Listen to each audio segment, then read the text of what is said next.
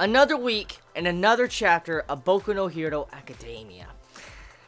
This chapter, I guess you could say that this chapter is like tying the ribbon on this arc that we've been into. Like our second serious arc, actually, because, the first arc was when everybody, like the villains, invaded and was trying to attack All Might. So, the second arc has officially come to a close. Like, the ribbon has been tied on top.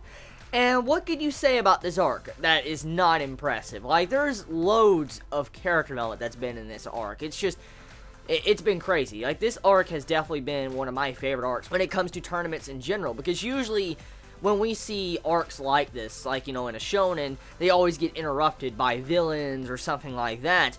And I'm really happy that this arc wasn't interrupted by villains, which a lot of us really thought was going to happen. I'm glad the arc actually reached a conclusion without being interrupted. Yes, there was some fights that were kind of skimmed over, but I'm just happy majority of the fights were showcased to us. So that's a really good moment to say when it comes to Boku no Hero Academia. Feat it just accomplished that not many battle tournament arcs can really do. So, the chapter of Boku no Hero.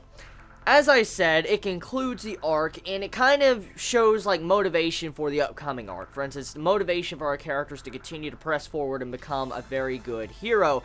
Like, the cliffhanger of this week's episode, seeing, Izuku, he looks at his hand and he realizes, like, he needs to figure out how to control his power even more, and also, he cannot get his wounds healed anymore. That's this bad. What happened to his arm and hand.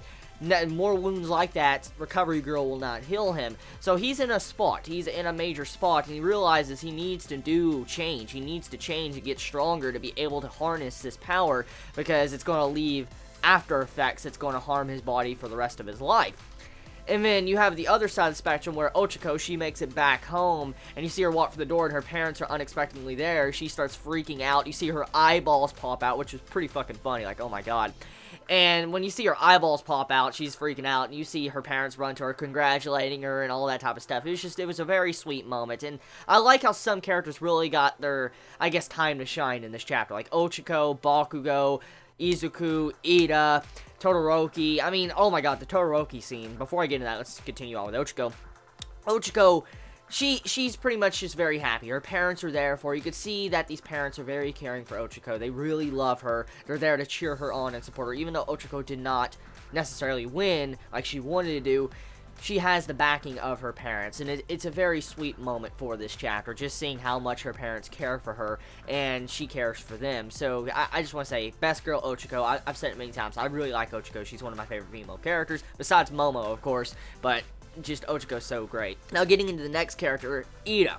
Ida in this chapter, to really sum it up, his brother is in critical condition. His brother is not dead, which I assume was what was going to happen. So, his brother isn't dead, but his brother is in a bad state, and you see the brother start speaking out like, I'm sorry I failed you, my younger brother. I'm sorry I failed you. Big bro failed you, and, you looked up to me, and I lost, and stuff like that.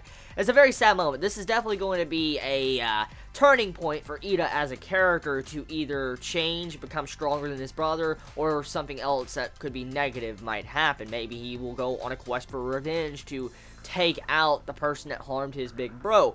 One of those things are going to happen, or maybe both is going to happen. It's just seeing Ida in that state. He is very upset. He wanted to just, be there for his brother. He left the tournament, the games, just to go see his brother, which I would have done too if I was in the same situation. So you could see that Ida and his brother really have a close connection, and I'm kind of happy that his brother didn't die, wasn't officially dead, just got critically wounded. It could be a lot worse. So Ida got lucky. That's what I can say now. Now, the next character I want to talk about, you have it to where Todoroki, oh my god, like, that scene, that's a very important scene for the series, because we all know that Todoroki's been one of the main focuses of this previous arc, this arc we've been in. Like, Todoroki's one of the main focuses, and it's been one of the main points of development for Izuku as a character. And so Todoroki in this, he's taking more steps to change himself. He's taking more steps to where he can overcome his weakness to where he only wants to use one side. Use his power for his own self and stuff like that and become a great hero. He takes steps to go see the very person that left the scar on his face many years ago. And at the end, or in the middle of the chapter, you see, you know, him look at his mother. He goes to the hospital where she's at, and he goes to try to talk with his mother. We don't know how it's going to go, because, I mean, either A, the mother's going to reject him, or the mother's going to love him and try to say sorry. One or the other is going to happen, but either way, it's going to be a huge turning point in Todoroki as a character. So, hopefully, I mean, he changes for the better. I really do, because, as I said in my last chapter review that some had issues with, it's very realistic how Todoroki wasn't able to get over the strife he had in just one talk with Izuku, that's someone he never met. I'm really happy that it still took some time for him to go past that and try to forget or move on, because it takes a lot. As a human being, it takes a lot to move on from issues like that, so I'm glad he's taken steps to try to move past this and even confront the issue at hand. He's not avoiding the issue any longer. He's confronting the issue, and he realizes that his mother is caged by him and his father, so he's just going to go visit his mother in the chapter. So yeah, I mean, a very powerful moment. It was a very powerful moment in this chapter. One of the best moments of the chapter, personally, to me, besides the Bakugan moment, which I'll get into. So yeah, Bakugan moment. Bakugan moment of the chapter, I have to say, that face he made, oh my god, that face of rage. Thumbnail, fucking thumbnail. It's thumbnail. You all know that was thumbnail. As soon as you saw that picture on the panel, that was thumbnail. I gotta color it. Just shit, dude. That was funny as fuck. Like, when you see him just raging at All Might, he's like, I can't accept a victory like this, and I can't do this shit. My heart can't accept it. He's just getting so mad and angry. And also in the chapter, he starts, like, brushing his teeth. He's like, die, fucking germs, die. That shit's great, dude. So, I mean, Bakugo, he really doesn't want to accept that he won. Like, he really cannot accept it. He's just sitting there raging on stage. They had to tie him down and gag him just because he was so loud and obnoxious. So, I mean, yeah, Bakugo, man, God, he's growing on me as a character. In this arc, Bakugo has really grown on me in terms of character-wise. I didn't think I would like Bakugo as much as I have in this arc. Like, he has been a very good character now, especially the way he's been acting. So, yeah. Oh, yeah, Tokoyami had a little bit of development also. That's probably going to be another turning point for another character in the series.